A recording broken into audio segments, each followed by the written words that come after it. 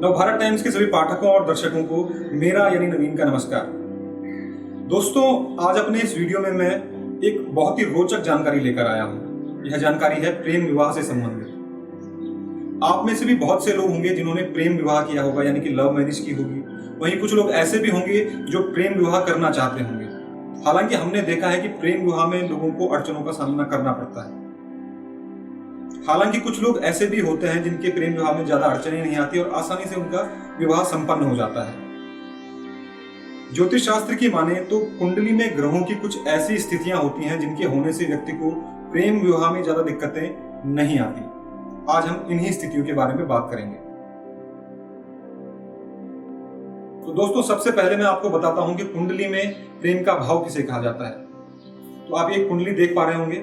इस कुंडली में पंचम भाव, चाहे इसमें कोई भी नंबर लिखा होगा, पंचम भाव यही होगा। प्रथम भाव मैंने जैसे आपको पहले भी बताया था कि कुंडली का प्रथम भाव यही होगा, फिर द्वितीय, तृतीय, चतुर्थ, पंचम। तो ये पंचम भाव है, इसको प्रेम का भाव कहा जाता है।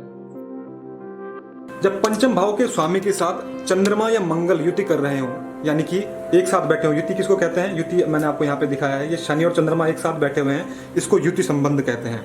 तो जब इस भाव का स्वामी, यहाँ पे ये 3 लिखा हुआ है, तो 3 यानी कि मिथुन राशि। मिथुन राशि का स्वामी बुध। जब बुध या मंगल, बुध या चंद्रमा की युति कहीं पे भी हो तो ऐसे जातकों का प्रेम विवाह आसानी से संपन्न हो सकता है। अब दूसरी स्थिति के बारे में बात करते हैं। जिन जातकों की कुंडली के सप्तम भाव, कुंडली का सप्तम भाव कौन सा होता है? यह भाव, कुंडली का सप्तम भाव। नंबर कुछ भी लिखा हो, कुंडली का सप्तम भाव यही होगा। कुंडली में जब सप्तम भाव का स्वामी सप्तम भाव में ही बैठा हो, यानी कि ये इस भाव का स्वामी मान लिया जाए शुक्र है, और शुक्र अपनी ही राशि यानी कि 7 लिखा हुआ है यहाँ पे, अपनी ही राशि में बैठा हुआ है, तो ऐसे में क्या होगा कि ऐसे लोगों का भी प्रेम विवाह आसानी से हो सकता है। उनको भी प्रेम विवाह में ज्यादा दिक्कतों का सामना नहीं करना पड़ता। वहीं जिन जातकों की कुंडली में शनि या केतु, शनि और केतु में से कोई भी ग्रह सप्तम भाव में बैठा होता है, तो ऐसे जातकों का प्रेम विवाह भी आसानी से संपन्न हो जाता है। उनको भी प्रेम विवाह में ज्यादा दिक्कतों का सामना नहीं करना पड़ता।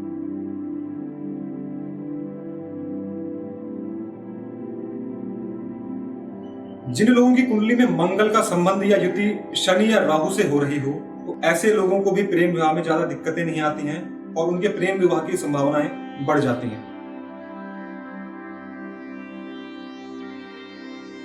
तो दोस्तों, यह कुछ बातें थी प्रेम विवाह से संबंधित। जिन जातकों की कुंडली में ज्योतिष के अनुसार जो मैंने आपको स्थितियां बताई, वैसी स्थितियां होती हैं, उनको प्रेम विवाह में ज्यादा दिक्कतों का सामना नहीं करना पड़ता, उनका प्रेम विवाह आसानी से हो जाता है। तो दोस्तों, उम्मीद करता हूं कि प्रेम विवाह से जुड़ी यह जानकारी आपको पसंद आई होगी। ऐसी ही अन्य रोचक जानकारियों के लिए चैनल को सब्सक्राइब जरूर करें और देखते रहें नवभारतटाइम्स.com। नमस्कार।